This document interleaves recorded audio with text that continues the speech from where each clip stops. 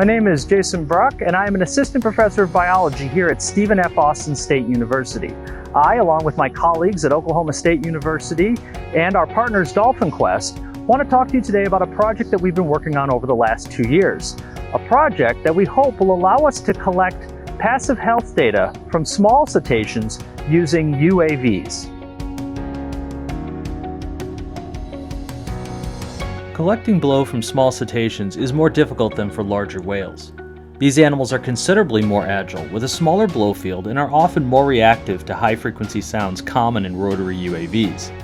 As such, we wanted to design our platform with as much visual and acoustic stealth as possible.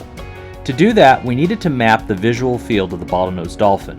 Working with dolphins under human care at Dolphin Quest Bermuda, animals were simultaneously trained to go inside a large Hoberman sphere, as well as whistle when they saw an LED light turn on. As we put little lights all around the dolphin's head within the sphere, this allowed us to map the visual field through the presence and absence of sounds to the activation of light stimuli. This gave us parameters for our UAV's collection footprint, as well as helped advise the trajectory of our platform's approach. To determine acoustic stealth, we conducted in-air playbacks of common UAV platforms compared to a 10 kHz control sound that matched the frequency of the animal care team's whistles. Using time submerged as a dependent measurement, we found that dolphins are least reactive to fixed-wing and low-frequency large UAVs like the Matrice 600. However, they are highly reactive to common mid- and high-frequency UAVs like the DJI Phantom.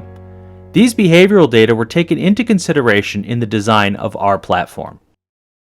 I'm now going to hand things over to Dr. Jacob, who's going to talk to you about the platform's development.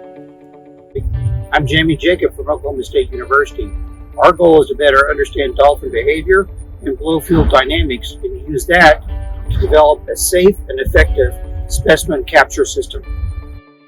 Whereas traditional approaches evaluating larger species with much higher blow volumes and distances used multirotors, this technique doesn't work on the smaller dolphins.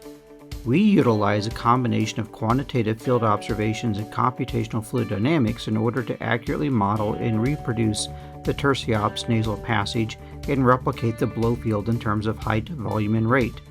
With this behavior now understood, we constructed a blowfield simulator to allow us to precisely replicate a dolphin's chuff. This provides us the capability to not only evaluate different capture systems, but also utilize it to calibrate other measurement techniques for physiological data.